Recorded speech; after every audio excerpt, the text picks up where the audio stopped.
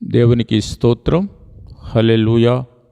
దేవుని పరిశుద్ధ నామానికి మహిమ ఘనత ప్రభావాలు కలుగునుగాక. చూడండి, పరిశుద్ధ బైబిల్ గ్రంథంలో నుంచి రోమపత్రిక 9వ అధ్యాయము 17వ వాక్యం. మరియు లేఖనము ఫరోతో ఇలాగు చెప్పాను, నేను నీయందు నా బలము చూపుటకును నా నామము భూలోకమందంతటా ప్రచురమొగుటకును అందునిమిత్తమే నిన్ను నియమించితిని. కావున ఆయన ఎవరిని కనికరింపగోరునో వారిని కనికరించును, ఎవరిని కఠినపరచగోరునో వారిని కఠినపరచును. ప్రియులరా, దేవుని వాక్యము ఏం చెబుతుందంటే, ఫరోను నియమించింది నేనే, ఫరో హృదయాన్ని కఠినపరిచింది కూడా నేనే అంటుంది. భూలోకమంతటా దేవుని యొక్క మహిమ, దేవుని యొక్క ప్రభావము, దేవుని యొక్క గొప్పతనము ప్రబలమగుటకే, ప్రచురమగుటకే ఫరోను దేవుడు నియమించాడట. అంటే ఒక మనిషి జీవితాన్ని డిజైన్ చేసి ఈ భూమి మీదకి దేవుడు పంపిస్తాడు. మధ్యలో ఆ డిజైన్, ఆ గేమ్ చేంజ్ చేయడం కానీ మరి ఒక విధంగా డిజైన్ చేసుకోవడం కానీ కుదరదు. ఇక్కడ ఫరోని నియమించింది దేవుడేనట, ఫరో హృదయాన్ని కఠినపరిచింది కూడా దేవుడేనట. ఇశ్రాయేలు జనాంగాన్ని దేవుడు ఐగుప్తు చెర నుంచి విడిపించాలని మోషే అనేటువంటి తన ప్రవక్తను ఫరో రాజు దగ్గరకు పంపిస్తాడు. ఫరో ఇశ్రాయేలు జనాంగాన్ని చెరపట్టి వారిని పరిపాలన చేస్తున్నాడు. అయితే సుమారు 6 లక్షల కాల్బలాన్ని, సుమారు 10-12 లక్షల మంది జనాంగాలను ఆయన స్వాధీనంలో ఉంచుకొని వారిని శ్రమ పెడుతున్నటువంటి దినాల్లో దేవుడు కలుగజేసుకొని మోషే అనే ప్రవక్తను తీసి ఆ దర్శనమిచ్చి ఆయనతో మాట్లాడి, నువ్వు వెళ్ళి ఫరోతో మాట్లాడు, నువ్వు ఫరోతో మాట్లాడి నా జనాంగాలను బయటికి తీసుకొని రా అని మోషేకు దర్శనము ద్వారా చెప్పాడు.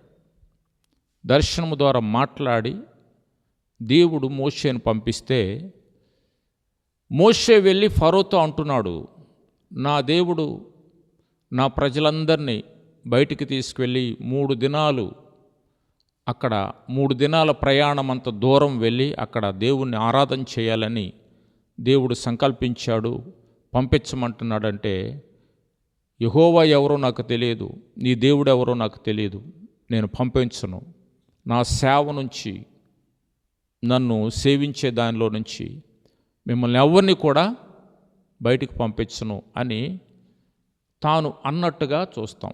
అక్కడ గొప్ప గొప్ప అద్భుత కార్యాలు ఐగుప్తులో మోషే ద్వారా దేవుడు చేశాడు. అయినా ఫరో హృదయం కఠినమైంది. దేవుడే చెప్తాడు ఆ మాట. ఫరో వలనను, అతని సేనల వలనను, అతని రథముల వలనను, అతను చేస్తున్నటువంటి కార్యాల వలన నేను నా నామానికి ఘనత తెచ్చుకుంటాను.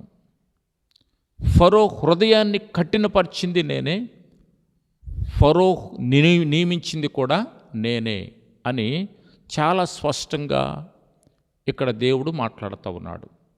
అంటే దేవుని హస్తములోనే ప్రతి మనిషి ఉన్నాడు.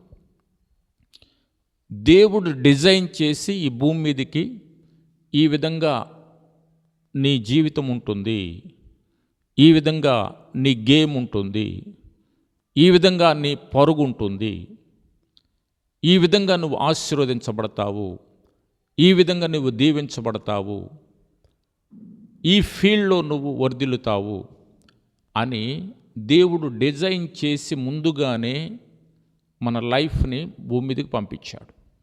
దేవునికి స్తోత్రం. అది మధ్యలో చేంజ్ చేసుకోవడం అనేది కుదరదు. యిర్మీయాతో దేవుడు అంటాడు ఒక మాట, నేను చదువుతాను చూడండి. యిర్మీయా గ్రంథము 1వ అధ్యాయం 4వ వచనం. యెహోవా వాక్కు నాకు ప్రత్యక్షమై ఏలాగు సెలవిచ్చును, గర్భములో నేను నిన్ను రూపింపక మునిపే నిన్నెరిగితిని, నీవు గర్భము నుండి బయలుపడక మునిపే నేను నిన్ను ప్రతిష్ఠించి తిని, జనములకు ప్రవక్తగా నిన్ను నియమించి తిని. అంటే యిర్మీయా పెద్దవాడైన తర్వాత దేవుని సన్నిధిలో ఉండి ప్రార్థన చేస్తున్నప్పుడు దేవుడు ఆయనతో మాట్లాడుతూ, ఇదిగో నీవు ఇప్పుడు నియమించబడ్డవాడవు కాదు, నీవు గర్భములో పడక మునిపే, నువ్వు గర్భము నుంచి బయటికి రాక మునిపే నేను నిన్ను జనములకు ప్రవక్తగా, అనేకులను ఆశీర్వదించడానికి నేను నియమించాను, నియమించి మరి భూమి మీదకి పంపించాను అని యిర్మీయాతో మాట్లాడితే, యిర్మీయా లోబడి ఇశ్రాయేలు జనాంగమైనటువంటి తన ప్రజలైనటువంటి వారికి హెచ్చరిక మాటలు చెప్పడానికి, దైవాత్మ పొందినవాడై రాజుల్ని హెచ్చరిక చేయడానికి దేవుడు ఆయనను అభిషేకించినట్టుగా లేఖనం చెబుతూ ఉంది. కాబట్టి ప్రతి మనిషి ఈ భూమి మీద వస్తున్నాడు అంటే దేవుని చేత డిజైన్ చేయబడి భూమి మీదకి వచ్చాడు. యేసుక్రీస్తు ప్రభువారి జీవితంలో కూడా అలాగే జరిగింది. నేను ఇందు నిమిత్తమే కదా భూమి మీదకి వచ్చాను, పదండి ఆయా పట్టణాలకు వెళ్ళి సువార్త చెప్పుదాం, పదండి ఆ ప్రాంతాలకు వెళ్ళి దేవుని సత్యాన్ని, రక్షణ మార్గాన్ని ప్రకటించుదాం అని యేసుక్రీస్తు ప్రభువును గురించి అక్కడ లేఖనము చెప్పినట్టుగానే ఆయన ఆ మాటలు మాట్లాడాడు. ఆయనే అంటాడు, నా తండ్రి చిత్తము చేయుటయే నాకు ఆహారము, నాకు పానీయము. నా తండ్రి చిత్తము లేదా నా తండ్రి పని కడముట్టించుటయే నాకు ఆహారము, పానీయము. అంటే యేసుక్రీస్తు ప్రభువారు కూడా ఈ భూమి మీదకి దేని కొరకు వచ్చాడు అంటే, తన ప్రాణం అర్పించి మానవ లోకంలో ఉన్నటువంటి ప్రతి మనిషిని రక్షించడానికి ముందుగానే దేవుని చేత, సృష్టికర్త చేత డిజైన్ చేయబడి భూమి మీదకి వచ్చాడు. దానిలో నుంచి ప్రక్కకు తప్పడానికి ఏ మనిషికి అర్హత లేదు, అసలు అవకాశమే లేదు, తప్పించుకునే అవకాశమే లేదు. మనం సాధారణంగా అంటూ ఉంటాం, ఫేట్ అండి, రాయబడి ఉందండి అని చెప్తూ ఉంటాం. నిజమే అది. ఎవరు రాశారు అంటే దేవుడే మనము గర్భములో రూపించక మునిపే వ్రాసి మరి భూమి మీదకి ఒక్కొక్క పీసుని భూమి మీదకి పంపించాడు. ఇన్ని కోట్ల జనాంగాల పట్ల దేవునికి ఒక్కొక్క ప్రత్యేకమైనటువంటి ప్రణాళికతోనే ఈ భూమి మీదకి పంపించాడు.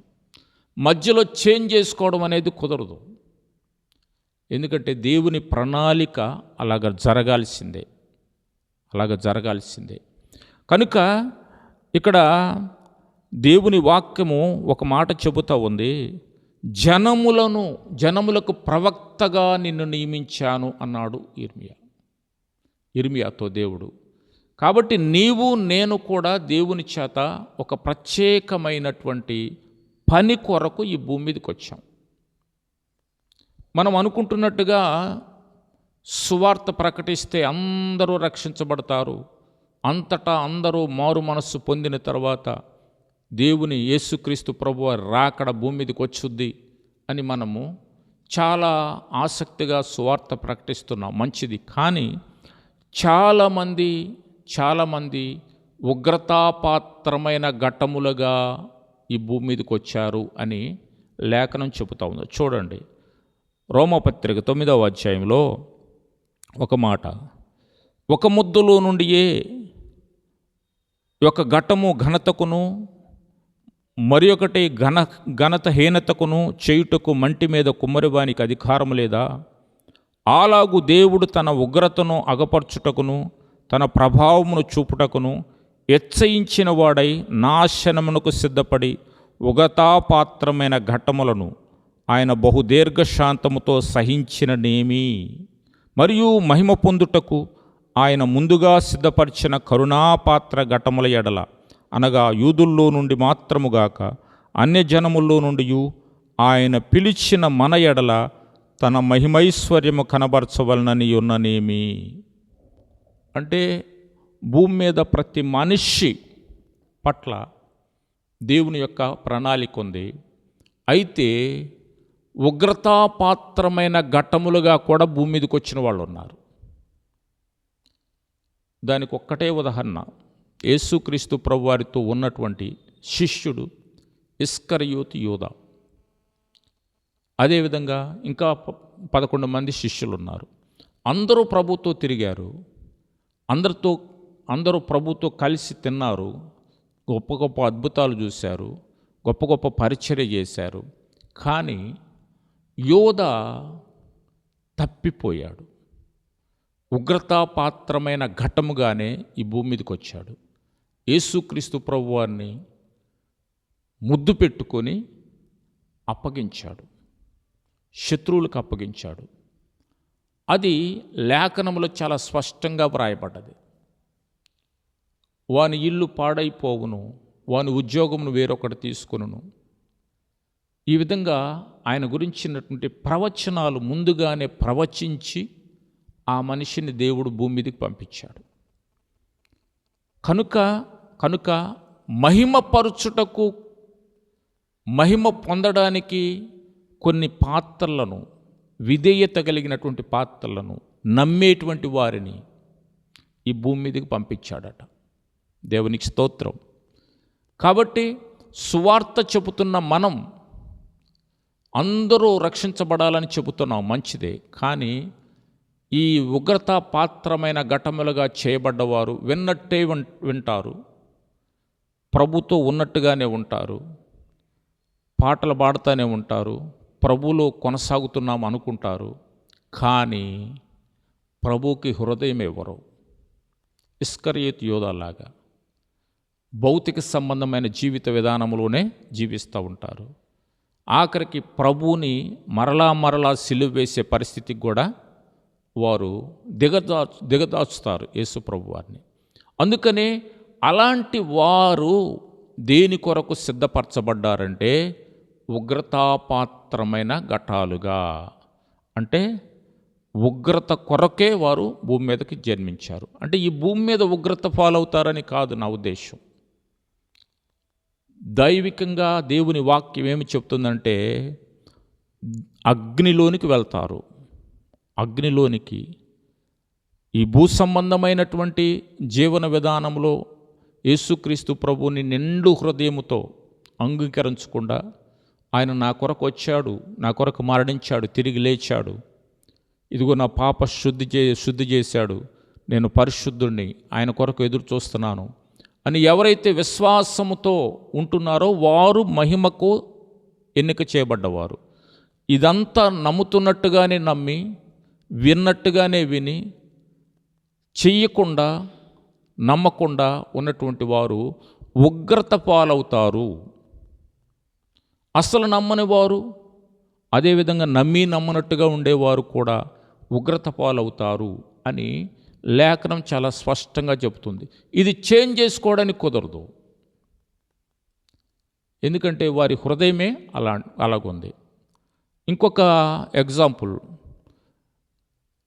ఈ రిబ్కా వెళ్ళి ప్రార్థన చేస్తూ ఉంటుంది. నా గర్భం ఏందో నొప్పిగా ఉంది, ఒక బిడ్డ ఉన్నాడని ప్రార్థన చేస్తే 2 బిడ్డలు ఉన్నారమ్మా. చిన్నవాడు పెద్దవాడిని ఏలుబడి చేస్తాడు, చిన్నవాడు పెద్దవాడిని పరిపాలన చేస్తాడు, పెద్దవాడు చిన్నవానికి దాసుడవుతాడు.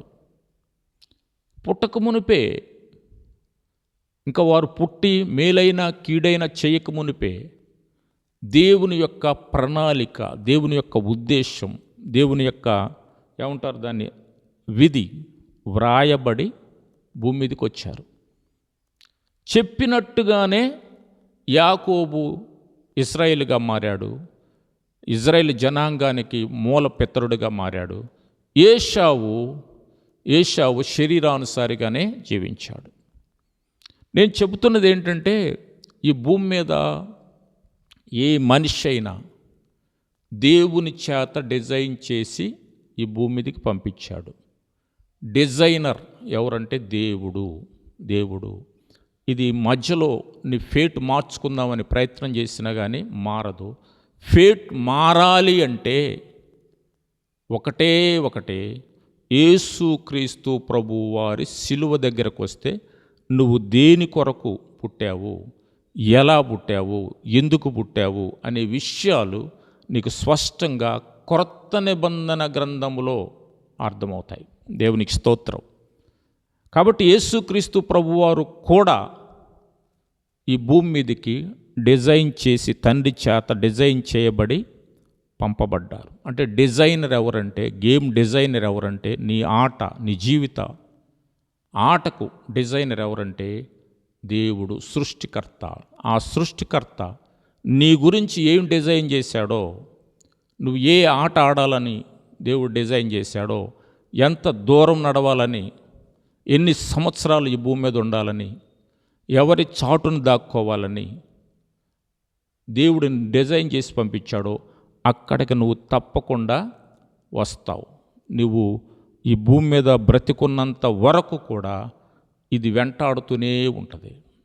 అందుకని దేవుని ప్రణాళికలు తప్పిపోవు, ఎట్టి పరిస్థితుల్లో తప్పిపోవు. ఎందుకంటే ఆయన సృష్టికర్త. ఏదైనా ఒక వస్తువు లేదా ఒక కారు డ్యామేజ్ అయినప్పుడు మనం దేని కొరకు వెతుకుతామంటే జెన్యూన్ పార్ట్స్ కొరకు వెతుకుతాం. జెన్యూన్ పార్ట్స్ అంటే ఆ కారు తయారు చేసిన వాడు పెట్టినటువంటి ఆ జెన్యూన్ పార్ట్స్ దొరుకుతాయేమో చూసి వాటిని తీసుకొచ్చి ఫిక్స్ చేయడానికి ప్రయత్నం చేస్తాం. అయితే మన శరీరంలో ఉన్నటువంటి ప్రతి అవయవము కూడా ఒకవేళ ఏదైనా చిన్న డ్యామేజ్ జరిగితే జెన్యూన్ పార్ట్స్ ఎక్కడ దొరకవు. ఎందుకంటే డిజైన్ చేసి పంపించింది దేవుడు. కనుక బోన్ ఇరిగితే లేదా ఇంకేదైనా డ్యామేజ్ అయితే వాటిని సరిచేయడానికి డాక్టర్స్ ఉన్నారు, కానీ జెన్యూన్ పార్ట్ అనేది దొరకదు. ఎముకలు ఇరిగితే అటో ఇటో బెండ్ వస్తాయి, కంపల్సరీగా రాడ్లేసి బిగిచ్చేస్తే తప్పనిసరిగా ఏదో ఒకటి తేడా కనపడతా ఉంటుంది. అయితే ఎందుకంటే జెన్యూన్ పార్ట్స్ అనేవి ఇక దొరకవు. భూమి మీద వస్తువులకైతే దొరుకుతాయేమో, మరలా నూతన పరచబడడానికి దానికి అవకాశం ఉంది, కానీ నీకు నాకు నూతన పరచబడడానికి అవకాశము లేదు. కాబట్టి మనము యాత్ర చేస్తున్నటువంటి క్రమములో మనము దేని కొరకు ఈ భూమి మీదకి వచ్చాము అని గమనించితే దేవుడు ఈ భూమి మీదకి మన కొరకు ఏదైతే సిద్ధపరిచాడో, ఏదైతే ఇవ్వాలనుకున్నాడో, ఏదైతే పొందాలనుకున్నామో, ఎంతకాలం భూమి మీద ఉండాలనుకుంటున్నామో దానిని పొంది ఈ యాత్రను ముగించడానికి మాత్రమే వచ్చాము. అంటే మన అందరము దేవుని చేతిలో ఉన్నాము. దేవుని స్తోత్రం. అదేవిధంగా సామెతల గ్రంథంలో ఒక మాట ఉంటుంది, రాజు హృదయము దేవుని చేతిలో నీటి కాలువల వలె ఉన్నది. దేవుని చేతిలోనట రాజు హృదయము నీటి కాలువలాగుందట. ఆయన తన చిత్త వృత్తి చొప్పున దానిని త్రిప్పును. ఒక నీటి కాలువ ప్రవహిస్తుంది, అటు ఇటు గట్లు ఉంటాయి కదా, ఆ గట్టు అట తెంచితే ఆ వాటర్ అటు సైడ్గా వెళ్ళిపోద్ది. అయితే దేవుని చేతిలో రాజుల హృదయాలు నీటి కాలువలాగా ఉంది. అంటే ఒక చిన్న సందు చేసేస్తే, ఒక తెంచేస్తే నీళ్ళన్నీ కూడా అటు వెళ్ళిపోతాయి. అంటే రాజులు, భూమి మీద ఉన్నటువంటి మనుషులు, గొప్పవారు అనుకున్నవారు, ఉన్నతమైనటువంటి వారు, సంపన్నులు, అందరి హృదయాలు ఎవరి చేతిలో ఉన్నాయంటే దేవుని చేతిలో ఉన్నాయి. అదే ఫరోను గురించి కూడా చెప్తున్నాడు. ఫరోను నియమించింది నేనే, ఫరో హృదయాన్ని కఠినపరిచింది కూడా నేనే. ఎందుకు అంటే నా నామము భూలోకమందంతటా ప్రచురం అవ్వడానికి, ఘనపరచబడ్డానికి. యెహోవా దేవుడు గొప్ప దేవుడు, ఉన్నతమైన వాడు, ఇశ్రాయేలు జనాంగాన్ని బానిసత్వం నుంచి, పొరో బలము నుంచి విడిపించాడట అని లోకమంతటా చెప్పుకోవాలని. కాబట్టి నిన్ను కూడా సాతాను బంధాల్లో నుంచి విడిపిస్తాడు, దేవుడు విడిపించాడట అని నీ జీవితంలో కూడా దేవుడు మహిమపరచబడాలి. ఆ విధంగా నీవు దేవుని ప్రణాళికలోనికి, దేవుని చిత్తములోనికి రావాలని దేవుడు ఈ పూట నీతో మాట్లాడుతూ ఉన్నాడు. దేవుడు తన ఈ మాటలు దీవించునుగాక, తన ప్రణాళికలన్నీ మన పట్ల నెరవేర్చునుగాక. ప్రార్థన చేద్దాం. పరిశుద్ధుడా, ప్రేమగల దేవ, నీకు వందనాలు. ఈ మాటలు మా హృదయాల్లో ముద్రించి, ఈ మాటల ప్రకారంగా నాయనా మేమందరము నాయనా నీ ప్రణాళికల్లోనికి, నీ చిత్తములోనికి రావడానికి సహాయం చేయమని యేసు నామములో ప్రార్థించి వేడుకుంటున్నాము తండ్రి. ఆమెన్. ఆమెన్.